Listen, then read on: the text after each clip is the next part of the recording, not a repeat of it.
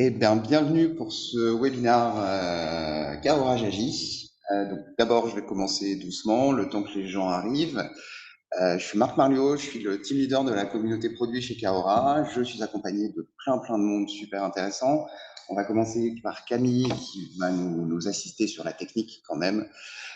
C'est pas un travail d'homme, la technique. Il y a également Manu, mais je vais le laisser se présenter, et puis Quentin et Lucas, qu'on va présenter juste derrière. J'espère que vous nous entendez bien. N'hésitez pas à réagir sur le chat.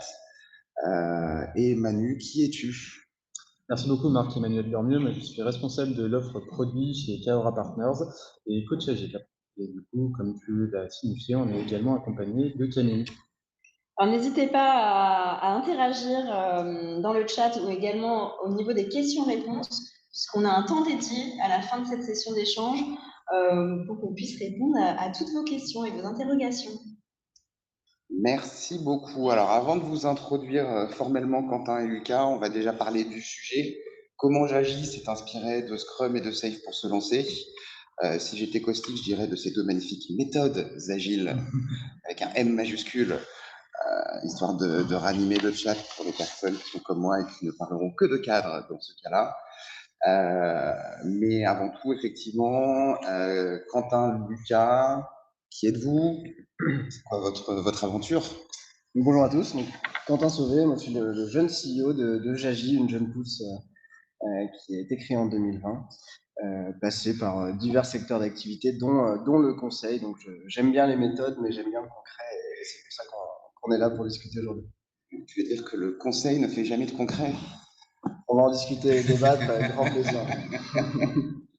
Bonjour à tous aussi, Lucas, je suis Agile et Delivery Manager chez Jagi depuis presque 2 ans et du coup je suis passé par différents secteurs, plutôt sur des missions product avant l'agilité et le delivery. C'est un peu comme ça que j'ai découvert ce penchant et voilà, je suis passé par l'automobile, le jeu vidéo, le monde des casinos et puis maintenant le monde de la mutuelle avec Quentin. Eh bien, super. Merci à tous les deux. Donc, vous avez commencé à teaser un petit peu la question que certainement pas mal des personnes qui nous suivent se posent. Concrètement, qu'est-ce que c'est Jagi et pourquoi vous vous êtes lancé? Est-ce que vous pourriez nous en dire un petit mot, s'il vous plaît? Yes, alors qu'est-ce que c'est Jagi de manière très simple?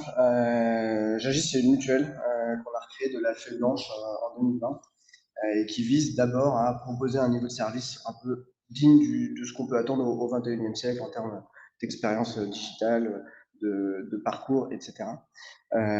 Et c'est pour ça qu'on s'est attelé à la reconstruire du sol au plafond pour éviter les historiques. Ensuite, c'est une social tech, c'est important pour nous. Une mutuelle, ce n'est pas un assureur, il y a une vraie distinction autour du modèle économique.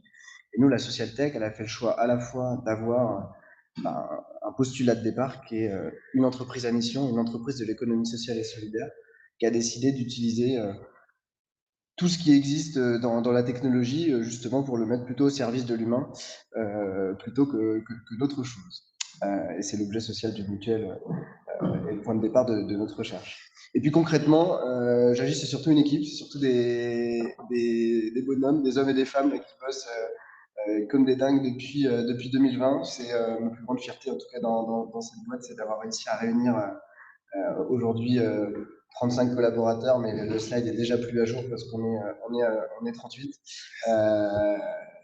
pour justement mener cette reconstruction avec des collaborateurs qui viennent de divers horizons, que ce soit le secteur d'activité des mutuelles, mais également les métiers de l'agilité, du Scrum, les métiers de la tech, du sales, de la relation client. Voilà, beaucoup de différences au sein de cette équipe pour reconstruire. Et donc tout ça réuni autour d'une raison d'être, parce qu'on est entreprise nativement à mission. Et cette raison d'être, elle drive notre quotidien, qui est certes de bâtir pour le moment une nouvelle mutuelle, mais à terme surtout de participer à la modernisation et la pérennisation de notre système de santé, parce que depuis la nuit des temps, les mutuelles œuvrent sur ce sujet.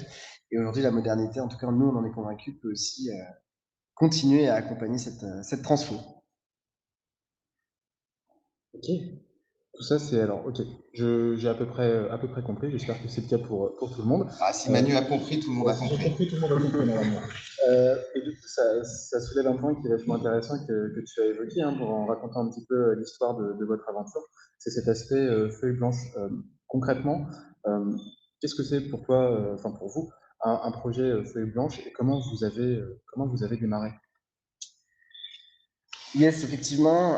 Peut-être qu'il faut qu'on revienne au point de départ de ce projet. Moi, à l'époque, j'ai d'abord été consultant, puis directeur de projet en interne au sein d'un groupe de protection sociale, au sein duquel j'ai eu la chance de mener à la fois des projets plutôt stratégiques, stratégie opérationnelle sur, on va dire, tous les enjeux d'une mutuelle. Et j'ai eu aussi l'autre chance qui était de pouvoir explorer des nouvelles méthodes, des nouvelles approches en termes de projet. Et donc, ces différentes expériences m'ont amené à pouvoir suggérer et porter un projet qui, à la base, était un projet de R&D en interne au sein du groupe Clésia au sein duquel je travaillais. Et on avait une question de départ. En tout cas, la question de départ qui m'était posée, c'était quel avenir pour le métier de la protection sociale à l'aune des révolutions technologiques. Vous allez me dire, vaste sujet. Euh, mais en même temps, quand on voit le secteur vieillissant des mutuelles, on se dit que c'est quand même un sujet que tous les dirigeants d'assurance ou de mutuelle se posent. Moi, le seul point de départ, au-delà de cette question, le seul cahier des charges que j'ai fixé dans le fait de me lancer dans l'aventure, c'était surtout, OK pour la question, elle est intéressante, mais partons pas de la tech pour répondre à des solutions, partons d'abord d'une démarche qui, elle, est pour le coup très terre à terre, très produit, très user-centric. Et la démarche, elle était simple. D'abord, on va écouter les utilisateurs, les clients et les parties prenantes. Ça, c'est extrêmement important. C'est notre point de départ. À l'époque, je me souviens, avec la petite équipe qu'on avait constituée, on allait faire le tour des popodes entre les futurs utilisateurs, mais également rencontrer plein d'acteurs de la tech, comprendre les enjeux du cloud, les enjeux du big data, les enjeux. On était allé aussi beaucoup creuser sur le sujet de la blockchain. Donc, voilà, on a vraiment exploré un maximum et écouter en évitant les idées préconçues. Donc ça, c'était hyper important parce que quand on est dans le contexte d'un grand groupe, le grand groupe, les idées préconçues et les idées prémâchées qui nous expliquent comment est-ce qu'on réussira à pas faire, il y en a plein. Donc l'idée, et ça c'était un super deal qu'on avait avec justement le sponsor de ce projet, c'était de s'ouvrir les chakras et de se laisser assez open sur tout ça. Donc, donc en gros, voilà, le point de départ, c'était ça. Et ensuite, il a fallu le lancer. On a constitué une petite équipe intégrée avec un peu de tech, un peu de designer, un peu d'experts du métier. Parce qu'il fallait quand même réunir, moi c'était une conviction, réunir ces différents métiers que l'on retrouve maintenant dans tous les projets de transfo pour aller d'abord répondre à cette question de départ. Et donc, on a travaillé pendant 3 mois à mi-temps dans une petite salle caché dans un espace de coworking pour pouvoir mener ces réflexions et au bout des 3 mois venir présenter ce qui était à l'époque un deck d'investissement dont la proposition de valeur était en fait on a tiré nos apprentissages. Côté client, côté utilisateur, il y a énormément de pain points qui sont non résolus aujourd'hui. Et côté techno, il y a un champ des possibles qui est juste magnifique pour pouvoir répondre à vos enjeux, vous, en tant que groupe de protection sociale, vos enjeux de transformation, vos enjeux de modernisation de systèmes d'information, sécurisation, etc. Et donc, dans ce deck d'investissement, on a dit, on reconstruit tout. Et on reconstruit du sol au plafond cette nouvelle mutuelle. Et on ne se limite pas uniquement à retravailler une expérience utilisateur côté front. Ce qui est super intéressant pour le coup dans ton discours et sur lequel nous on essaie de travailler au quotidien, ce que tu dis, c'est que vous vous êtes intéressé finalement à la vision produit, à la problématique à laquelle vous souhaitiez répondre, et puis plutôt qu'à la solution. Et là où je te rejoins, c'est que généralement on a la solution, il faut aller chercher le problème pour utiliser la solution.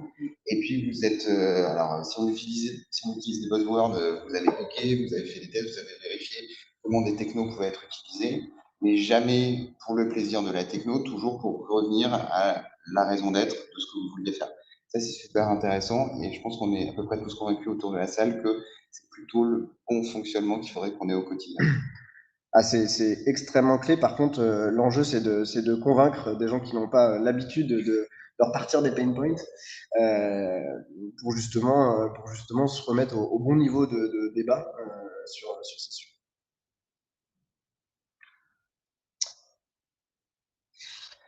Tu nous avais dit, donc là, premier POC, 3 mois, et ensuite? Ouais, effectivement, là, j'ai présenté là, ce que l'on a sous les yeux, c'est à peu près les 3 mois qui étaient très intenses, où on a réfléchi sur le produit de la tech, on a fait aussi toute une approche là plutôt orientée Lean Startup, c'est qu'il fallait aller voir notre sponsor dans une logique d'investisseur, donc il fallait aller chercher des fonds, donc il fallait le business plan, il fallait un peu de précision sur ce qu'on allait faire, comment on allait le faire, avec quelle équipe, pour obtenir ce financement. Et c'est ce que l'on a pu obtenir effectivement au bout de ces 3 mois. Et donc en 2020, en juillet 2020, on a eu le go pour lancer avec un financement, on va dire, à la hauteur de nos ambitions. Sans nommer les chiffres, pas être vulgaire.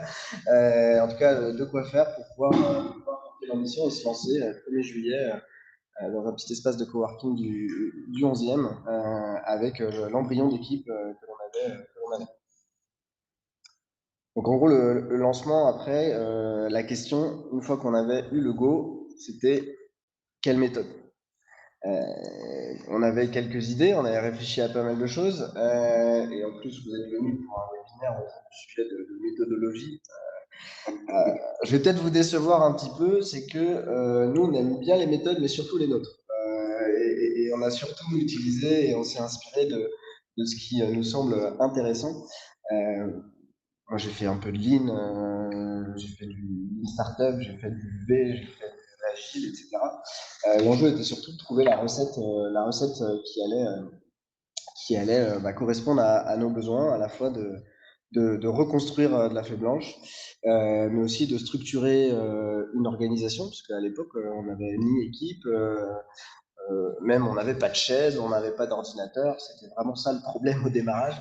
Et donc c'est en ça où on est allé puiser dans différentes méthodes, justement les bonnes pratiques de ces méthodes au-delà de la méthodologie, pour pouvoir répondre à nos enjeux. Donc là, vous avez un peu sous les yeux, pour ceux que ça intéresse, une myriade d'accélérateurs qui nous ont permis d'engager cette reconstruction de la feuille blanche. On pourrait faire un webinaire sur chacun des sujets.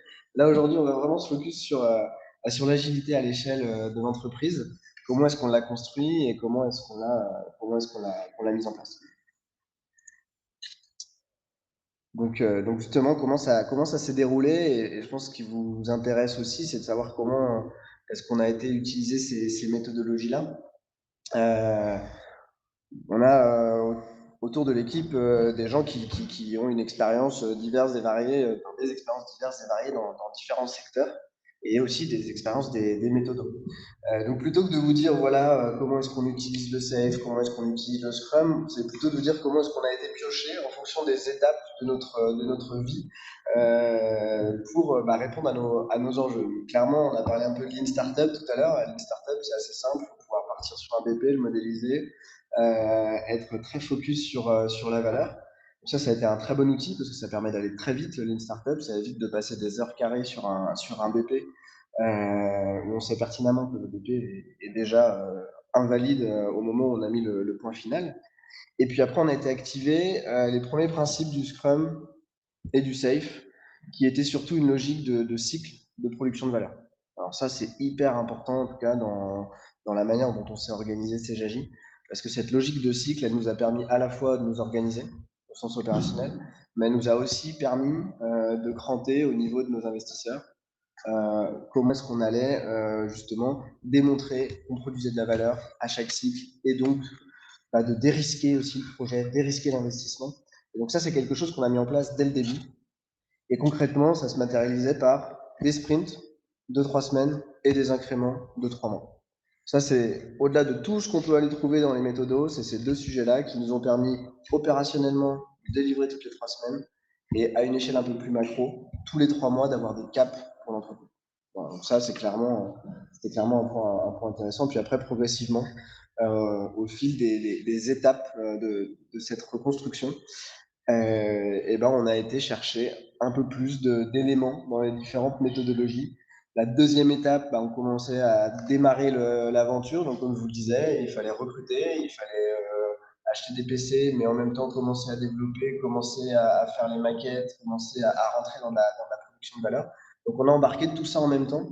Et là, pour le coup, l'agilité, plutôt sous l'angle Scrum, vraiment nous a obligés à nous centrer sur de la valeur. C'est l'avantage du modèle de jeune pousse. On est encore dans une période où on peut mourir à tout moment. Donc, on concentre les choix et les énergies sur ce qui va nous faire survivre en fonction des enjeux. Ça peut être des enjeux produits, des enjeux clients, mais ça peut être aussi des enjeux stratégiques. Donc là, clairement, cette période-là, c'était assez intense parce qu'il fallait toujours faire le choix entre à la fois on se met en place, on s'organise, mais on n'a pas les équipes parce qu'il faut qu'on recrute. Donc en fait, c'est quoi la priorité? C'est avancer sur ma tech ou c'est avancer sur l'équipe? Donc le fait d'avoir des cycles, ça nous permettait aussi toutes les 3 semaines de se recentrer et dire attention, là on est en train de dériver, la priorité, c'est recruter et c'est mettre en place le premier cadre techno. Et effectivement, ça aurait pu être aussi des users, mais sur certaines semaines, ça ne l'était pas en fait. Et puis ensuite, progressivement, on est rentré dans des phases de structuration, où là, on a été pioché et on a structuré de manière un peu plus professionnelle, en fait, la manière dont on a déployé ces méthodos.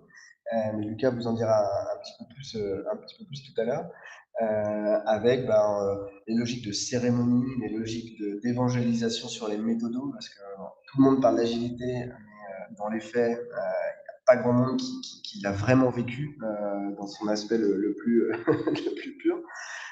Donc tout ça fait partie aussi de la structuration, parce que quand on embarque des équipes avec des nouvelles personnes quasiment toutes les 2 semaines, chaque nouvelle personne qui embarque, il faut qu'elle comprenne ce qu'on est en train de faire, pourquoi on le fait et dans quel cycle. Donc à chaque fois, c'était des sujets qu'il fallait expliquer, mais en même temps structurer, parce que entre le beau modèle sur les slides que les consultants ont l'habitude de faire et ce qui se passe dans la réalité, il y avait toujours un petit gap. Et ce gap-là, c'est celui qu'on essaie de combler au quotidien. Ouais, puis après, la grande étape sur laquelle on est aujourd'hui, là, ça fait 2 ans qu'on se structure. Donc, on est une petite trentaine de personnes qui représentent, qui portent à peu près 5 grandes catégories d'activités et de métiers qui se déclinent eux-mêmes en une petite trentaine d'activités en tant que telles, qui serait l'équivalent, on va dire, de périmètre fonctionnel, de business area en fonction de comment vous êtes organisé. Donc on est à la fois une petite équipe avec un périmètre fonctionnel assez large, et donc on a décidé de passer de l'agilité, Scrum, à l'échelle plutôt du build, parce que pendant 1 an et demi, on a construit une plateforme, à une agilité à l'échelle de l'entreprise.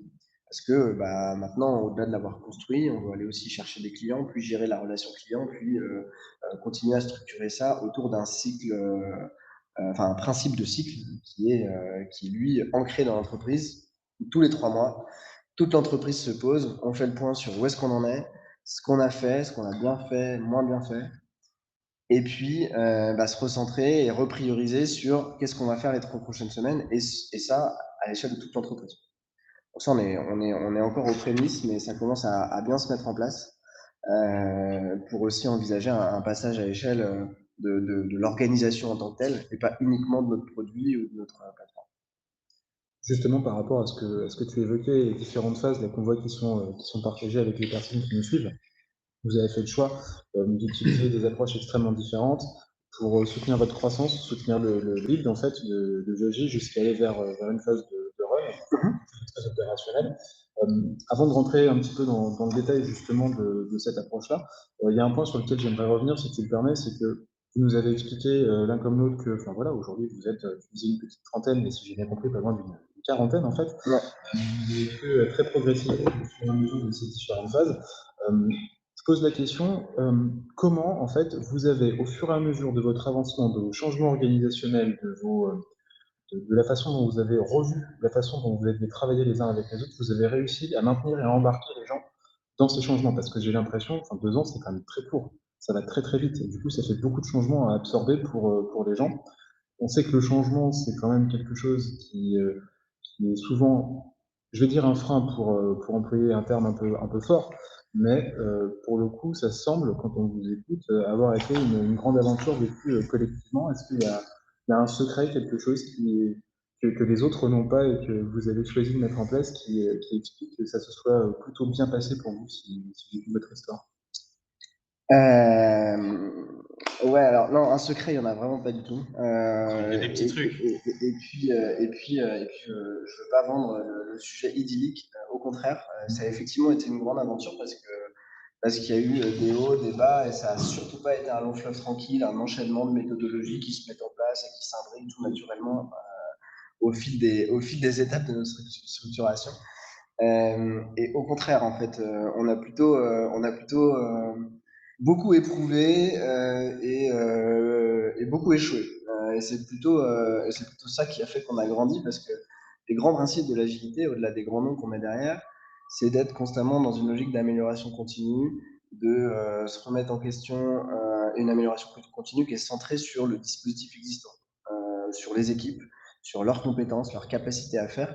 Là, aujourd'hui, notre équipe tech telle qu'elle est, elle est capable de développer, déployer des choses qui n'étaient pas du tout le scope qu'on était capable de délivrer il y a 18 mois, pour plein de raisons, hein, des raisons de taille, de compétences, de structuration. Et donc là, l'équipe a grandi au fil de l'eau. Donc en fait, le secret, entre guillemets, s'il y en avait un, c'est surtout d'être en capacité de se remettre en question à cycle régulier.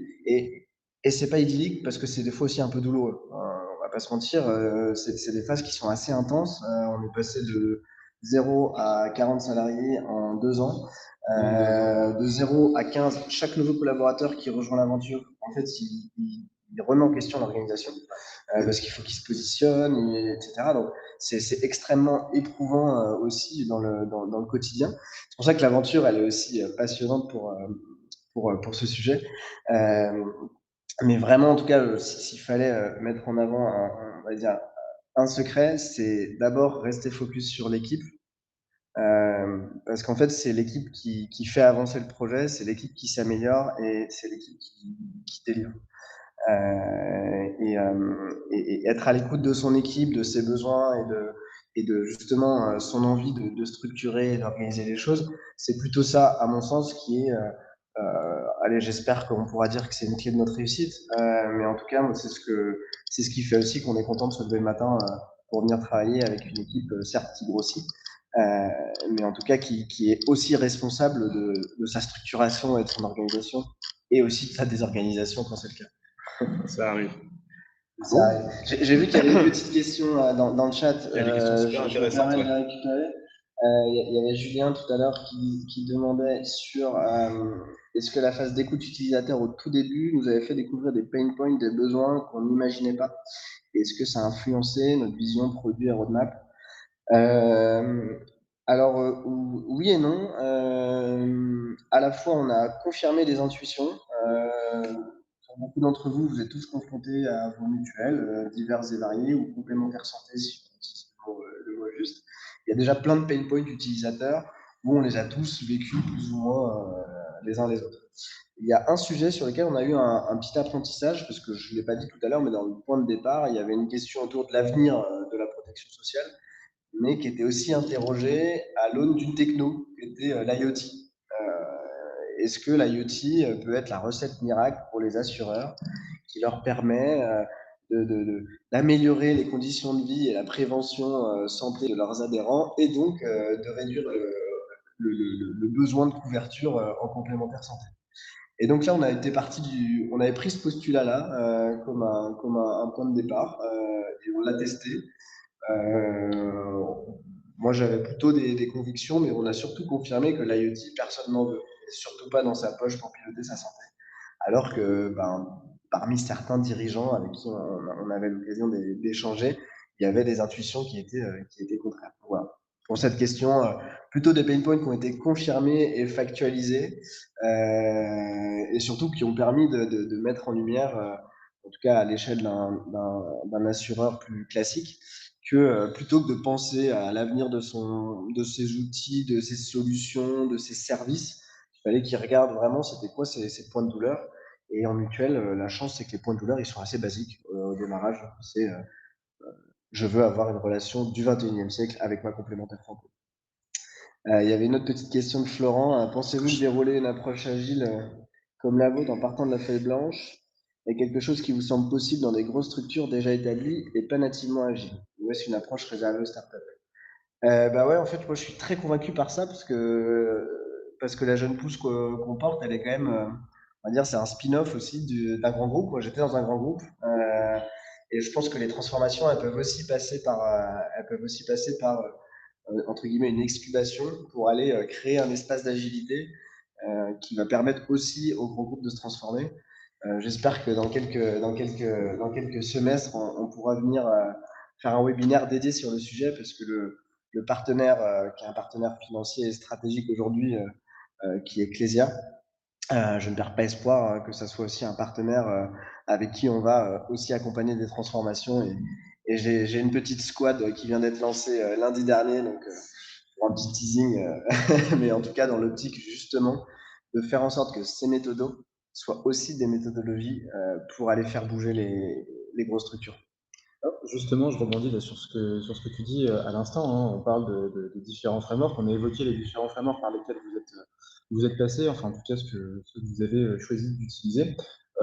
Souvent, pour les grands groupes spécifiquement, on a l'impression qu'il y a un choix préétabli qui est fait, qu'il y a quelque chose d'extrêmement ancré, d'extrêmement gravé dans le marbre dans leur dynamique de transformation, quand on vient pour justement les accompagner et les aider à provoquer le changement et puis à accompagner cette transformation.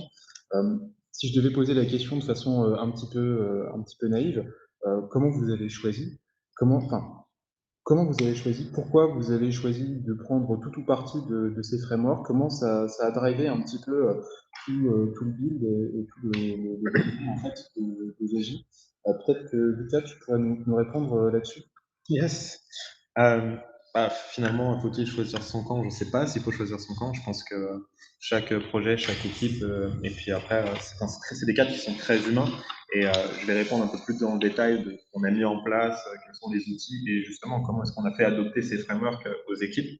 Parce que ça aussi, c'est un point super important. Tout départ, du coup, quand j'ai rejoint Gégim en octobre 2020, et que je suis arrivé et que j'ai rencontré Quentin et Joseph, notre cher CTO, qui nous écoute, je le sais.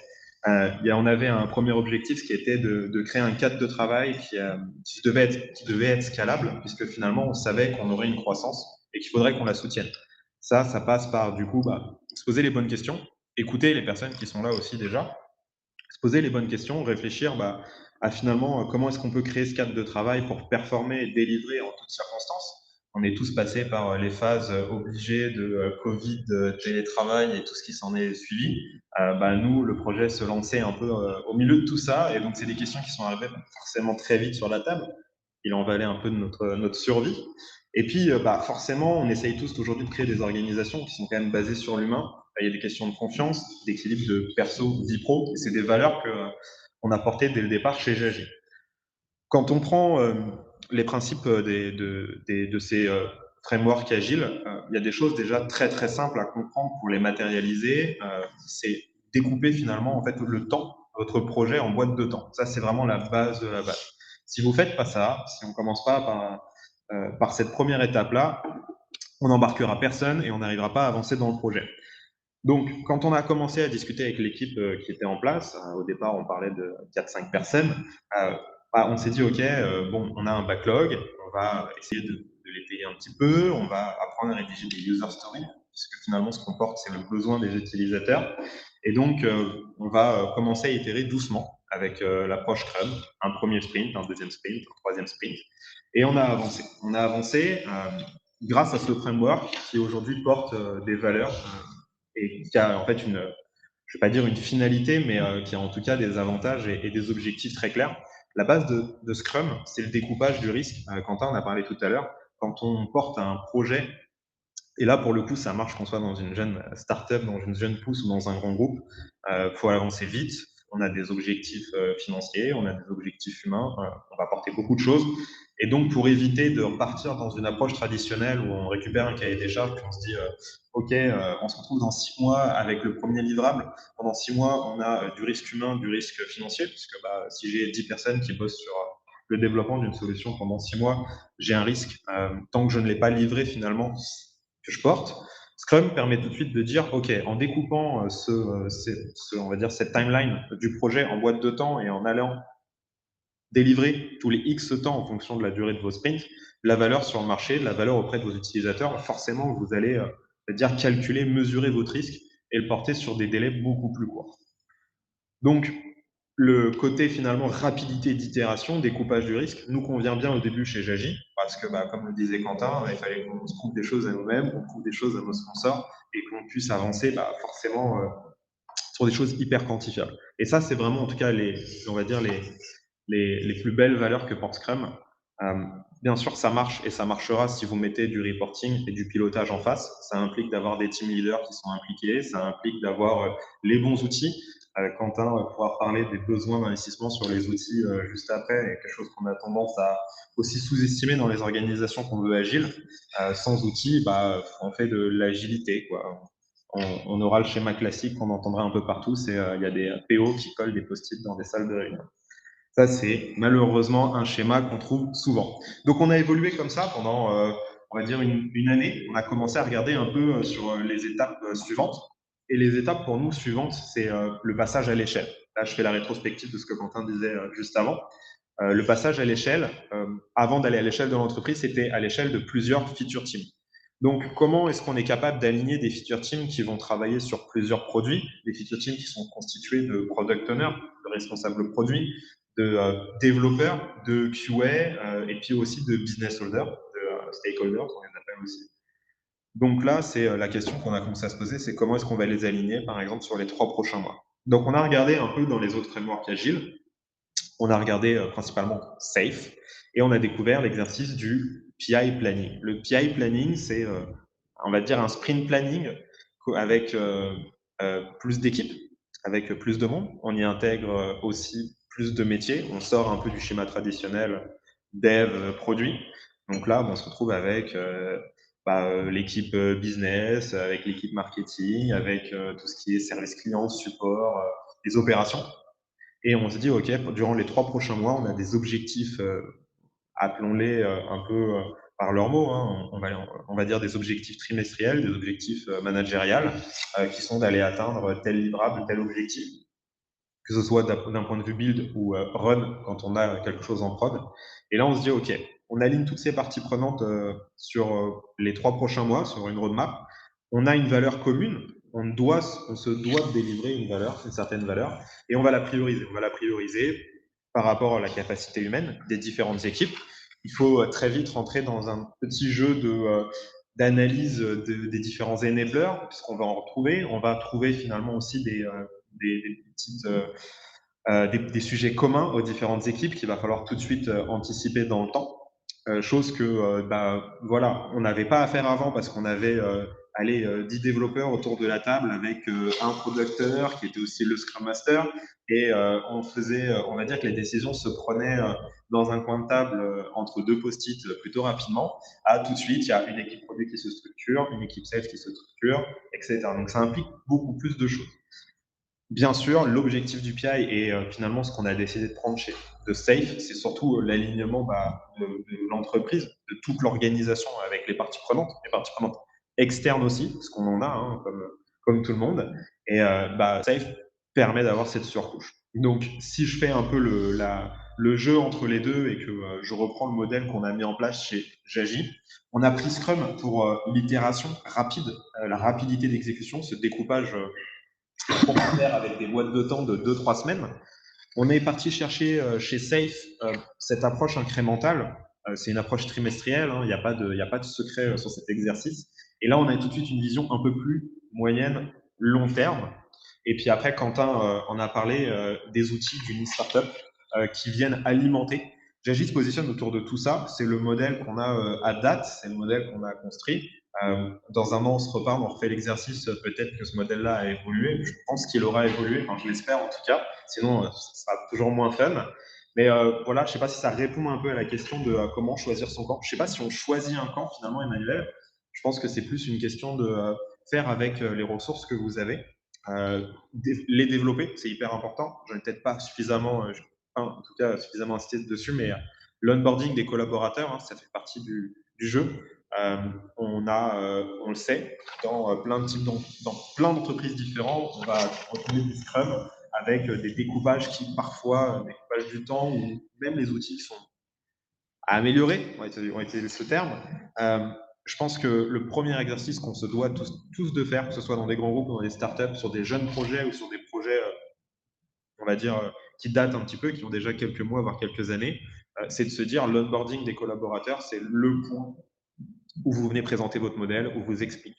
Vous onboardez, vous accompagnez finalement à l'appropriation, à l'adoption des outils, de la méthode, et puis finalement de tout ce qui s'ensuit. Ça, c'est vraiment quelque chose, je pense qu'on a tendance à le sous-estimer.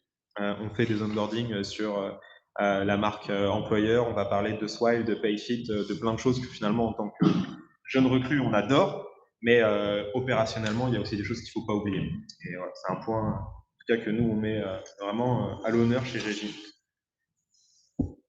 Merci beaucoup. Donc, si j'essaie de retenir le PI planning chez vous, c'est le séminaire trimestriel de l'entreprise où on s'échange tout, on réaligne toute l'entreprise sur la stratégie, voire on réaligne la stratégie sur les remontées des équipes. C'est ça, c'est ça. En fait, on se fait l'exercice rétrospective review. On se fait un peu voilà, on a fait tout ça pendant les 3 derniers mois, on a atteint ses objectifs sur tel et tel objectif, on n'a pas été au rendez-vous. On peut faire mieux. Sur les 3 prochains mois, Quentin prend sa casquette de leader et il nous dit, voilà aussi là où on doit aller.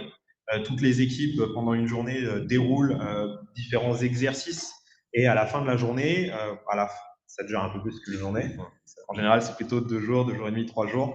On se retrouve finalement avec une belle roadmap, avec toutes les différentes parties prenantes, toutes les différents services et différentes équipes autour de voilà, cette roadmap et ses objectifs. Ok. Donc, en gros, avoir un modèle scalable et finalement, ce que tu dis, c'est les frameworks ne sont que des frameworks. Ouais. C'est des boîtes à outils. Tu pourrais être coach. C'est génial. Je dis pas ça, mais ça fait partie de mon travail. Consultant coach. L'onboarding des collaborateurs, c'est super important et effectivement, c'est une phase qui est ratée. Alors, safe le vent avec l'implementation roadmap, what 1000 formations au démarrage, mais finalement, le plus important, c'est que je comprends l'environnement dans lequel je rentre, je suis capable de contribuer positivement. Et puis après, effectivement, s'adresser à tout le monde. J'ai beaucoup aimé, au final, quand tu ne fais qu'appliquer, tu vas faire de l'agile. Effectivement, moi, mon combat, c'est passer de faire de l'agile à être agile. Et être agile, c'est effectivement se préparer à l'impossible, cette scalabilité. Et il y a tout un sujet, effectivement, autour de l'outillage, on tourne autour du sujet de l'outillage. Quelques anecdotes sur ce sujet. Je pense que c'est des sujets qui vivent tout au long du projet. Des anecdotes, je ne sais pas si j'en aurais une précise, mais on va dire qu'au départ, si j'en ai une que Quentin va vouloir que forcément j'amène sur la table, c'est qu'au départ, j'aimais beaucoup Jira. Non. J'étais, voilà, je ne vais pas dire un fan, mais j'avais beaucoup travaillé sur Jira. Et puis quand je suis arrivé chez Géji, Quentin et puis Joe me présentent Azure DevOps. J'ai un peu râlé, je l'avouerai.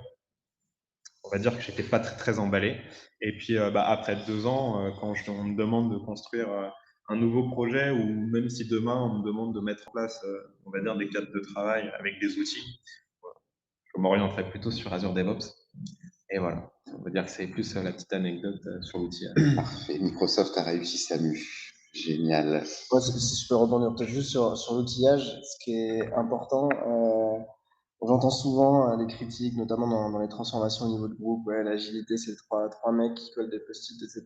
Et c'est surtout à l'arrache. Non, l'agilité, c'est surtout quelque chose de très organisé, qui est très organisé et qui est très piloté. Et le fait d'avoir pu, nous, se structurer là au cours de 2 ans, les 2 dernières années, on est vraiment en train de toucher du doigt tout l'apprentissage qu'on a tiré de ces 2 dernières années. C'est-à-dire que maintenant, le fait d'avoir mis des outils dès le démarrage, on est capable de dire de manière beaucoup plus fine avec quelle vélocité on va être capable de développer ou déployer telle ou telle nouvelle feature et d'être beaucoup plus serein sur les roadmaps. Choses qui sont toujours un peu d'eau mouillée au démarrage, on va pas se mentir, surtout quand on engage une reconstruction de l'envergure qui est la nôtre, où on construit toute la chaîne de valeur d'une mutuelle. Donc il faut aussi être capable de bien prioriser sur ce qui est vraiment essentiel le sujet de l'outillage est vraiment précieux à penser dès le démarrage. Et parce qu'en fait, on en tire les bénéfices, certes qu'au bout de peut-être un an et demi, 2 ans, parce qu'au début, ça peut être même vu et pressenti comme une contrainte, notamment par les équipes. Mais là, on se rend compte qu'en fait, c'est vraiment un outil qui permet d'être autonome au niveau individuel, mais au niveau collectif également. Pour s'industrialiser, pour augmenter la prédictibilité et Ouais. du coup être capable d'avoir des roadmaps plus précises. Exactement. On pourrait faire juste un webinaire sur ce sujet. Ah oui. Clairement. Par contre, ce qui est hyper intéressant, c'est que finalement, on voit que votre produit, votre organisation évolue en simultané. On va pas se mentir, faire des évolutions d'un côté ou de l'autre, c'est systématiquement du coût humain, du coup d'amélioration, de changement de processus Ouais, du notamment. stack, enfin, Voilà. tout ce qui compte. Éventuellement, d'ailleurs, on peut parler aussi de, on s'est trompé de choix technologiques, de choix fonctionnels, donc on a du refacto à faire à un moment donné. Mais finalement, comment on priorise entre tous ces sujets? Bah, c'est là où, en fait, je vais pas dire enfin, si on pourrait le dire, l'empilation de nos différents frameworks a créé le modèle Jagi qu'on porte. On a une direction, une stratégie à l'année qui est, comme toutes les entreprises vont les avoir, qui va être portée par le CODIR, avec les sponsors, après qui sont des objectifs business classiques de toutes les boîtes. On va descendre ensuite sur le niveau plus Scrum, plus Safe. Et c'est là où on va redécouper cette grande stratégie sur plusieurs trimestres. En fait, c'est des périmètres, dans notre cas, à nous, c'est des périmètres qui durent 3 mois. C'est pour ça que je dis trimestre. Et là, on va commencer à rentrer sur des objectifs plus liés au management avec des livrables sur les différentes parties prenantes. Et quand on redescend encore au niveau d'en dessous, c'est là où on arrive sur l'hyper opérationnel avec la rapidité d'exécution. On descend sur les sprints. Tout est hyper quantifié. Quand on parlait du pouvoir de l'agilité et qu'on parle de l'outillage, finalement, nos outils aujourd'hui nous permettent aussi de mesurer ça. À chaque livrable, à chaque fin de boîte de temps, finalement, on a un livrable. Si on regarde ce modèle, c'est 21 boîtes de temps. Donc, c'est une date de début, une date de fin, un objectif. Et derrière, on doit y mettre les bonnes ressources au bon moment pour que ça marche. Il n'y a pas de secret, c'est pas plus compliqué que ça en vérité. Ça permet de rebondir sur une petite question qui était, que je veux pas qu'on oublie, qui était comment est-ce que s'inscrivent les UX, les UI dans la construction de ce produit. Parce qu'on est d'abord centré sur les utilisateurs et on va dire la première porte d'entrée et la casquette de nos utilisateurs, c'est à la fois les UX, mais également chez nous les métiers, parce que les métiers, on reconstruit aussi une stack métier, donc c'est extrêmement clé. Donc ça, Lucas évoquait la notion de feature team dans une approche un peu pluridisciplinaire, même si organisationnellement au niveau de l'entreprise, on fonctionne en tribu. Il y a une tribu plutôt métier, une tribu plutôt tech, une tribu plutôt produit, dans laquelle on va retrouver justement les PM, les PO et les designers. Mais dans les cycles de construction des produits, on a un cycle qui, lui, va impliquer à chaque temps de préconception, conception et build l'ensemble des parties prenantes, que ce soit les métiers, les users, les PO, les PM, les UX, mais également les devs. Donc là, on a vraiment gagné aussi en maturité sur le sujet, parce qu'à chaque cycle de construction d'un produit, que l'on soit à l'idéation, le cadrage technique, etc., ou la phase, on va dire, plutôt finale de delivery, de test et de mise en prod, l'implication de l'ensemble des acteurs, dont les UX UI, qui ont une place aussi très importante dans notre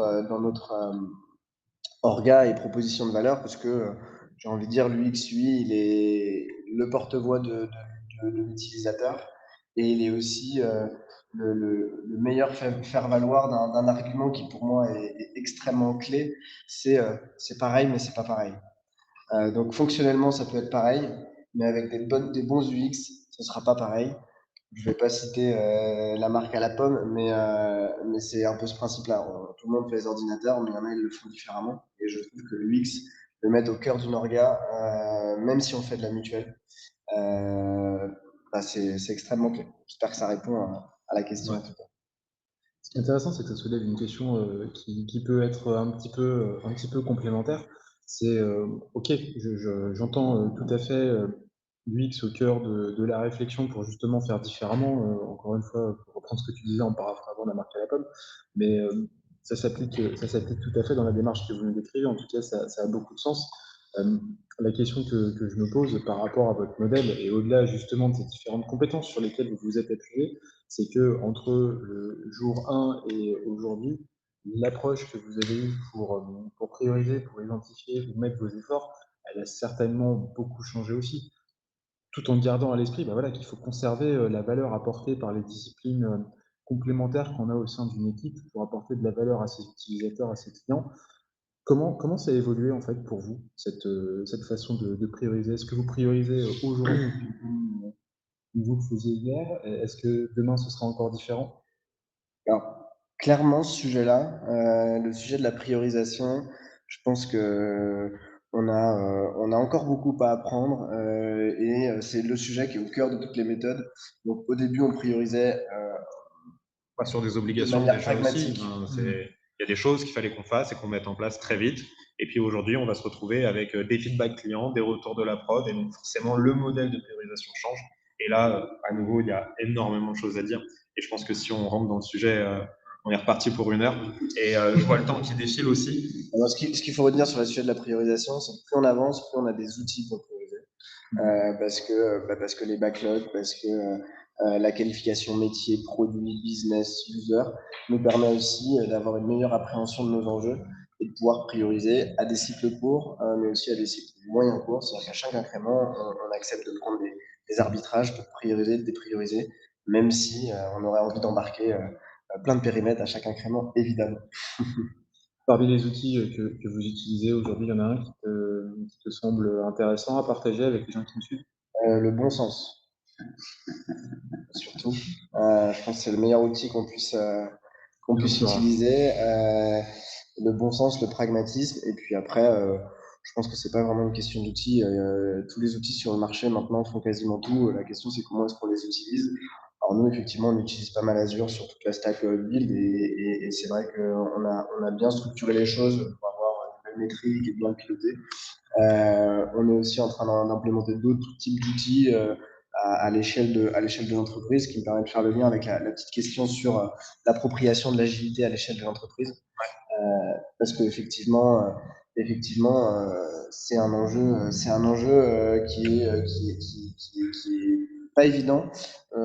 Et là, sur les 2 derniers incréments, on a plutôt relevé le défi parce qu'on s'est rendu compte que notamment la partie sales et marketing, la partie opération, même la partie finance, avait un chemin complémentaire à faire vers l'agilité à l'échelle. Et en fait, le fait d'embarquer l'agilité à l'échelle de l'entreprise permet aussi, inversement, de les laisser venir naturellement, justement vers ces méthodos. Le dernier Agile Planning, on les appelle comme ça chez nous, c'est pas vraiment des PI. J'ai deux tribus qui me disent bah ouais mais nous on n'a rien représenté, comment ça on n'est pas suffisamment mis en avant, on parle que du build, etc. Et donc en fait justement c'est aussi le temps de la structuration où maintenant dans nos PI on a un peu plus la place aux autres activités, aux autres BU qui elles-mêmes étaient en train de naître et grandir au sein de la boîte. Et justement un outil qui est intéressant à mon sens pour aligner tout le monde c'est les OKR. Derrière ce mot un peu barbare, un objectif qui résulte. Il y a surtout, encore une fois, du bon sens et une logique de déployer l'agilité à l'échelle. L'OKR, c'est simple, c'est on définit les objectifs et des résultats clés qui permettent de mesurer l'atteinte de ces objectifs. Et on le fait à l'échelle de nos temps et de nos cycles d'avancement. Ce qui est intéressant avec les OKR, c'est qu'en plus, justement, pour les populations qui ne sont pas nativement agiles, pour reprendre le terme qui avait été utilisé dans une des questions posées, c'est une façon aussi de les impliquer et de leur mettre les pieds à l'étrier sur une approche, une façon de faire qui est pas forcément très habituelle et qui pourtant est en lien direct avec leurs préoccupations quotidiennes. Sur les OKR, je pense qu'on pourrait faire un webinaire dédié aussi pour reprendre ce que disait Marc. Mais il y a un point qui est super intéressant, c'est justement cette notion de key result et qui amène la question suivante. Comment vous mesurez en fait? Alors je vais rebondir même sur le petit clin d'œil, merci Julien. Comment ça s'appelle CEO qui décide de la priorisation? Justement, les OKR, c'est un outil qui est précieux parce que les OKR, on définit les objectifs, on définit les key results, mais on les définit à l'échelle des tribus, des équipes qui portent les sujets et qui vont définir, c'est eux les passer pour définir quels sont les résultats qu'ils sont en capacité d'atteindre. Inutile de se mettre des objectifs où on sait pertinemment qu'on ne les atteindra pas pour diverses raisons. Soit on n'a pas l'équipe, soit on n'a pas les moyens, soit la maturité du produit n'est pas nécessaire, etc. Donc, les OKR, ça a permis vraiment de redescendre à une échelle très pragmatique. Comment est-ce qu'on va se fixer nos objectifs qui eux-mêmes sont tous alignés sur un objectif commun qui est celui de l'entreprise. Donc, c'est l'inverse, à mon sens, d'un espèce de pilotage par le haut qui permet effectivement d'avoir un CEO qui dit on va faire ça et tout le monde doit se mettre en ordre de bataille. C'est plutôt l'inverse. Si on fixe un cap qui est plutôt inspirationnel et tout le monde, justement, va prioriser ses œuvres et ce qui résulte en fonction de ce qu'on souhaite atteindre et éviter de se disperser parce qu'en plus, on a toujours des équipes qui veulent faire plein de choses. Je veux s'imaginer, on construit tout, on redémarre, tout est à faire. Donc on a plein d'envies et il y a des choses sur lesquelles il faut qu'on arbitre, il faut effectivement qu'on priorise pour être sûr de pas se perdre. On a déjà des fois fait les frais de notre excès d'optimisme sur les backlogs. Un outil, Emmanuel, tout à l'heure, je pense que tu demandais pour la priorisation, la méthode ICE, par exemple, qui est une méthode de priorisation du backlog qui permet de mettre face à face la valeur utilisateur, la complexité technique. Et très vite, en fait, vous allez vous rendre compte qu'il y a des petites choses qui délivrent énormément de valeur et d'autres sujets qu'on voudrait porter qui sont hyper complexes mais qui ne délivrent pas du tout de valeur. Et donc, prioriser les backlogs avec cette petite méthode-là, déjà, ça permet en général d'accélérer le rythme. Pourquoi vous n'êtes pas passé sur le Weighted Shortest Job First de Safe et j'ai réussi à le dire en plus. Il y a beaucoup de choses. Ok, on va avancer pour laisser aussi un peu de place aux questions. Et finalement, l'avenir pour Jagi, les prochains défis, c'est quoi? Les prochains défis, on sort de Jagi Planning, c'est assez simple. C'est d'aller conquérir notre marché. On adresse les jeunes pousses, TPE, PME, enfin non, on adresse les TPE, PME des secteurs synthé, publicité et experts comptables, avec une offre de complémentaire santé de manière très pragmatique. Et puis à terme, on élargira aussi l'offre plus généralement à toutes les entreprises qui ont un ADN et une volonté de s'engager et que le choix de la complémentaire santé, c'est aussi un choix qui doit être fait de manière délibérée par les employeurs. En tout cas, moi, j'en suis convaincu. Donc ça, c'est plutôt les objectifs business, les objectifs à l'échelle de l'orga. C'est justement de cranter, de continuer à cranter cette organisation parce que là, on est aux portes justement du passage à l'échelle et de l'accélération, le fameux scaling, pour lequel on se prépare aussi avec tous ces outillages qui ont aussi une vocation à se dire aujourd'hui on est à 40 et ça fonctionne. Si demain on est un peu plus avec plus de périmètres, et là on va pouvoir continuer à conserver ce framework sans remettre en question et faire des réorgas à chaque plus 10, plus 20 collaborateurs dans l'équipe. Parce que c'est ça qui est douloureux et qui peut nous tuer. Donc c'est clairement ça la priorité.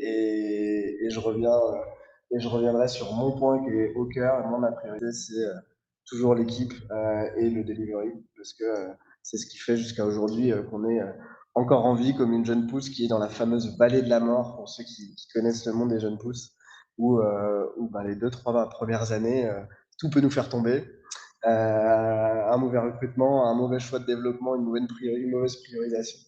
Et donc, ces méthodologies-là nous accompagnent aussi dans cette vallée de la mort, on se sent moins seul. Parfait. Du coup, je vais rebondir pour ouvrir aussi la session de questions-réponses. Mais finalement, tu dis, là, vous êtes dans la vallée de la mort, vous êtes dans un modèle On est en train d'en ressortir. Voilà, mais vous êtes en train de bien équipé, ça a l'air. Finalement, votre modèle, c'est d'être résilient au changement et de vivre le changement par petites touches, si j'essaye de dire ce que moi j'en ai compris. Mais si vous vous regardez au début de l'aventure avec votre expérience de maintenance, un conseil à vous donner à vous-même, c'est quoi? S'il fallait se donner un conseil, faut faire et se planter. C'est clairement là-dessus qu'on a appris le plus. Et c'est, en tout cas, moi, à titre perso et même pour l'équipe, on s'est tellement planté qu'on a aussi beaucoup appris. Et c'est les fameux fail fast. Je pense que c'est important de se planter, c'est important d'essayer aussi, parce que c'est en essayant qu'on avance et pas en essayant de faire un beau cadrage qui va définir une roadmap propre à 3 ans, comme des fois on essaye de faire dans des beaux schémas directeurs. que les gros clients sont susceptibles de demander au cabinet de conseil. C'est la fameuse phrase du patron de LinkedIn, c'est ça? Si vous n'avez pas honte du prototype, c'est que vous le présentez trop tard. Je n'aurais pas la prétention de, de me comparer, mais en tout cas, enfin, voilà, c'est surtout beaucoup de pragmatisme. Merci beaucoup. Camille, des questions? 3 questions. Alors, c'est vrai que Quentin, tu as répondu à pas mal de questions au fil de l'échange, mais les 3 dernières questions qui me semblent importantes, effectivement, une question de Claude Emmanuel autour de la conception dans les frameworks. Comment est organisé l'amont du Scrum? Yes. Bonjour Claude Emmanuel. En fait, toute la chaîne de valeur, toute la création de la chaîne de valeur est globalement un grand workflow, un grand processus dans lequel chaque étape peut être représentée par un livrable, donc peut avoir à nouveau et aussi simplement qu'une date de début, une date de fin. Après, en fonction de votre organisation et en fonction de l'approche que vous avez sur le marché, si vous êtes plutôt en flux tendu, si vous êtes plutôt en flux poussé, pas mal de périmètres à prendre en compte. Vous pouvez à la fois, par exemple, avoir des sprints de conception, de préconception en amont de vos sprints de build, ou alors totalement les intégrer à 100% directement dedans, avoir qu'un seul sprint qui embarque l'ensemble de vos livrables.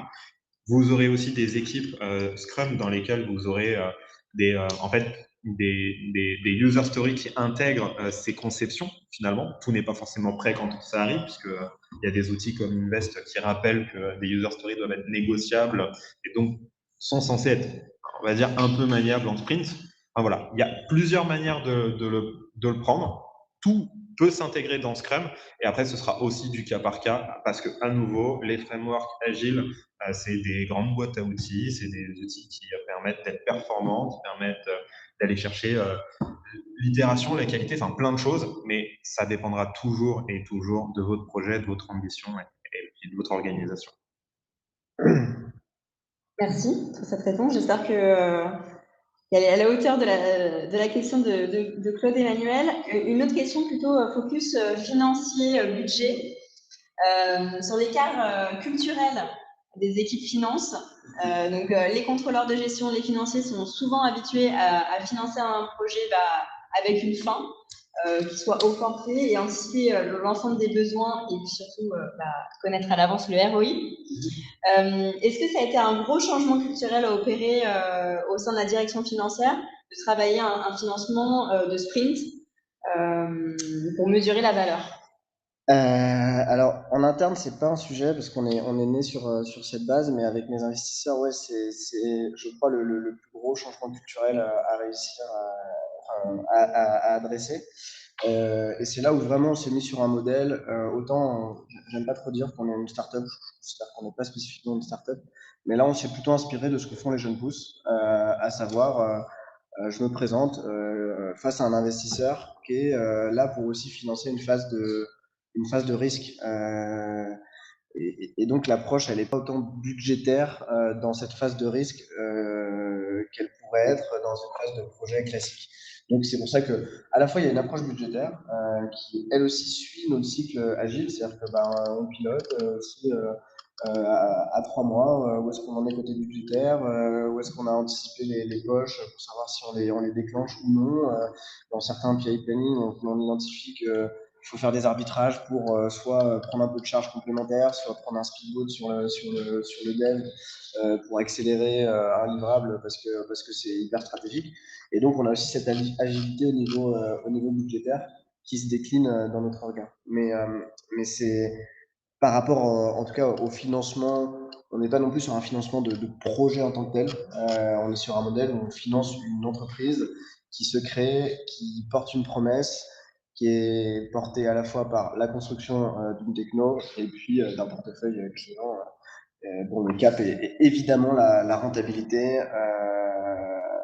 Donc un ROI à la fois sur les investissements, mais un ROI également sur les perspectives de gains futurs qu'on ambitionne à horizon entre 3 et 5 ans, comme toute jeune pousse qui se respecte, pour devenir à l'équilibre.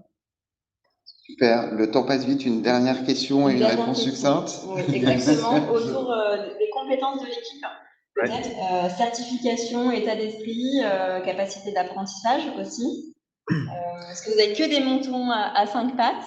Ouais, on n'a que des moutons à 5 pattes, mais leurs compétences, elles sont surtout pas sur un CV. C'est surtout des personnes dont, on va dire, le seul cahier des charges qu'on a, c'est le mindset, l'ouverture d'esprit. C'est des gens qui ont envie de découvrir, de continuer de découvrir. C'est des gens qui ont aussi, certes, un cœur de métier sur lequel ils sont compétents, on va pas se mentir. Dans les phases que l'on a, on a essayé de recruter des gens qui apportent un bagage de compétences assez fort. Et puis le dernier point, c'est quand même le mindset humain et l'alignement autour de l'ADN. Et c'est vraiment les trois piliers on va dire de la vie d'équipe et de ce qui drive nos recrutements, des compétences, de l'envie d'apprendre et de poursuivre, et puis un mindset un peu engagé et militant sur le fait qu'on peut changer un secteur d'activité et avoir de l'impact positif. Super, merci Parfait. beaucoup. Alors, merci Camille, merci Manu, merci Marc. Surtout un grand merci Merci à vous. à vous deux, Quentin et Lucas, pour ce retour d'expérience. Et puis, j'espère que ça vous a plu à tous. 1 heure, c'est trop court. Moi, j'ai envie de continuer, mais malheureusement, c'est timeboxé. On n'a pas arrêté de me dire qu'il fallait timeboxer les choses, donc allons-y. Le webinaire va être disponible en replay si vous voulez le revoir ou si vous voulez le partager avec vos petits amis. En tout cas, moi, ça m'a fait très plaisir de vous accueillir tous. Et puis, à très vite pour de nouvelles aventures, des nouveaux webinaires. Et n'hésitez pas à nous proposer des nouveaux thèmes. Ciao à tous. Merci à tous. Bonne journée à tous.